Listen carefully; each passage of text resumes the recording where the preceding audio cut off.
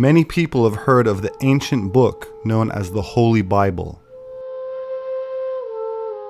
But few are aware of the ancient Mediterranean seaport from where the Bible gets its name, Byblos, said to be built by the god Chrono-s or Saturn as the first city in Phoenicia, according to the ancient Phoenician author Sanchuniathon.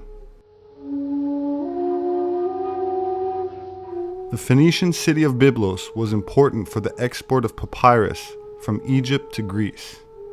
Byblos is one of the oldest continuously inhabited cities in the world, having first been occupied between 8800 BC and 7000 BC.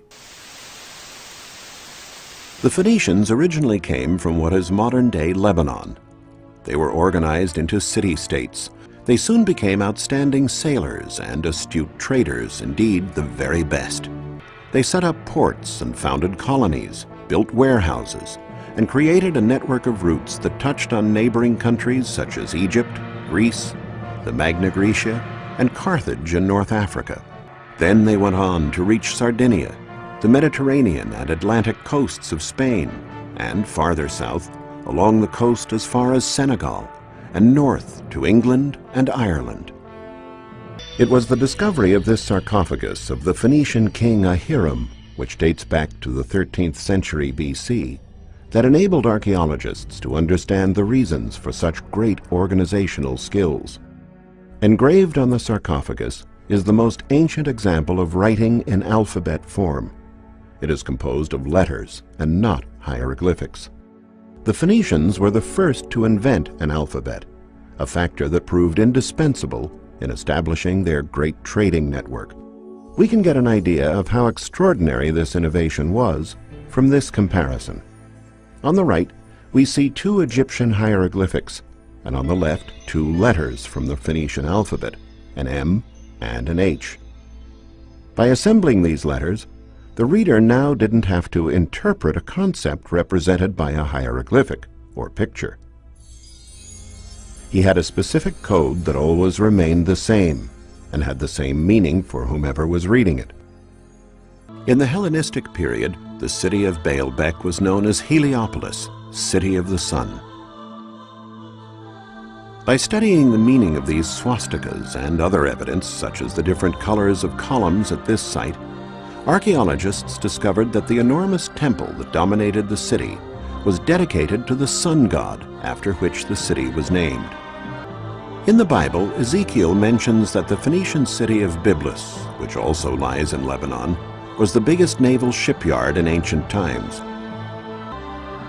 These precious bronze statues covered in gold leaf have a strange headdress. It is a libad, which is typical of the Phoenicians.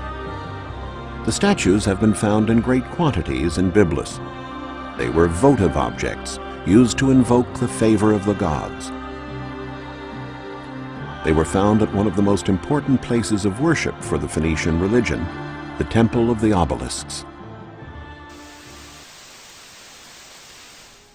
There are a lot of fraternal organizations that are known for wearing fezzes, like the Shriners. The fez, the national headdress of the Moors since remote antiquity, has been hailed as an object of respect and honor. Symbolically, and at times literally, the person wearing the fez should possess high knowledge and power. In Turkey and other parts of the Mediterranean, the fez is known as a tarbush. In ancient Canaan or Phoenicia, the conical fez is known as the henin.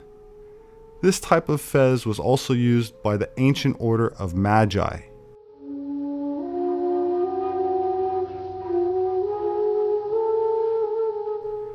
In modern-day cinema, magicians and wizards are seen wearing the conical fez. In the old elementary school days, if you acted up, you were told to sit in the corner and a dunce hat was placed atop your head.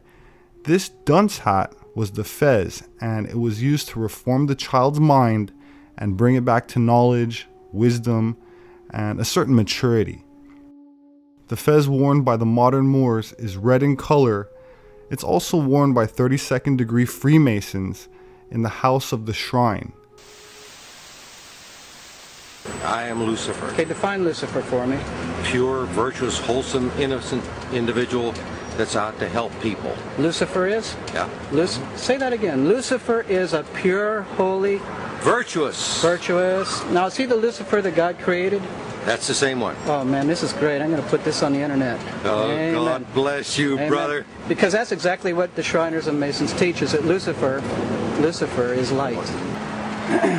See, this is what a Mason confesses, is that Lucifer is light. That said, the conical hat, the fez, represents royalty or high dignity in Mexico, as the Aztec knew it as the Copili. The Assyrian kings of Mesopotamia, as well as the Eastern island statues, are depicted with fezes adorned with an attachment in the middle. The Assyrian kings wore various forms of the fez, small, medium, and large in height, and all have an attachment in the middle with a tassel strapped attached to the bottom of the back of the fez. The modern day fez comes in many sizes also, and has an attachment at the center top where the tassel is connected. The same fez in the American pantheon simply becomes the graduation cap, geometrically speaking. The fez hat was first introduced into Europe and the West by the Cretans, and has been worn by various Abrahamic priesthoods over the last few thousand years, as well as newly emancipated slaves since the time of ancient Rome. The island of Crete has been known by various names over the course of history, like Arcadia, Caftor, Candia, Minoa, Phoenicia, Phrygia, among others, and the people of Crete have been called Cretans, Minoans, Philistines, Jews, Hellenes, Phoenicians, and the Sea Peoples, just to name a few. It was long time ago from the Phoenician and the Pharaohs, from the Phoenician with the Greek people. And you have more than 17 cultures, started from the Stone Age: Phoenician, Amorite, Hyksos, Assyrian, Babylonian, Persian, Greek, Roman, Byzantine, Arabs, Crusaders, Mameluke, English, Ottoman Empire. Also called the Red Liberty Cap, it was an integral part of the American culture and symbology in the 19th century and is seen in many places in the United States Capitol. The red cap of liberty appears as headgear of the goddess Columbia, who in turn was visualized as a goddess-like female national personification of the United States and of liberty herself. The red liberty cap and its association with the President of the United States dates back to our first Freemasonic president, George Washington, who we can see immortalized in the U.S. Capitol building rotunda, seated with a sword next to Lady Liberty. The U.S. Army has, since 1778, utilized a war official seal, in which the motto, "This we'll defend," is displayed directly over a red cap on an upturned sword. Thank you for watching this presentation. My name is Robert SEPEHR. I'm an independent anthropologist. Please share this video if you learned something today. I rely on word of mouth and greatly appreciate the positive reviews, comments, and would like to remind you to subscribe to my channel to be notified of new video uploads. Thank you to those who have been supporting me through Atlantean Gardens, the nonprofit organization that disseminates my work. Please continue pursuing truth no matter where it leads, and I will see you next time.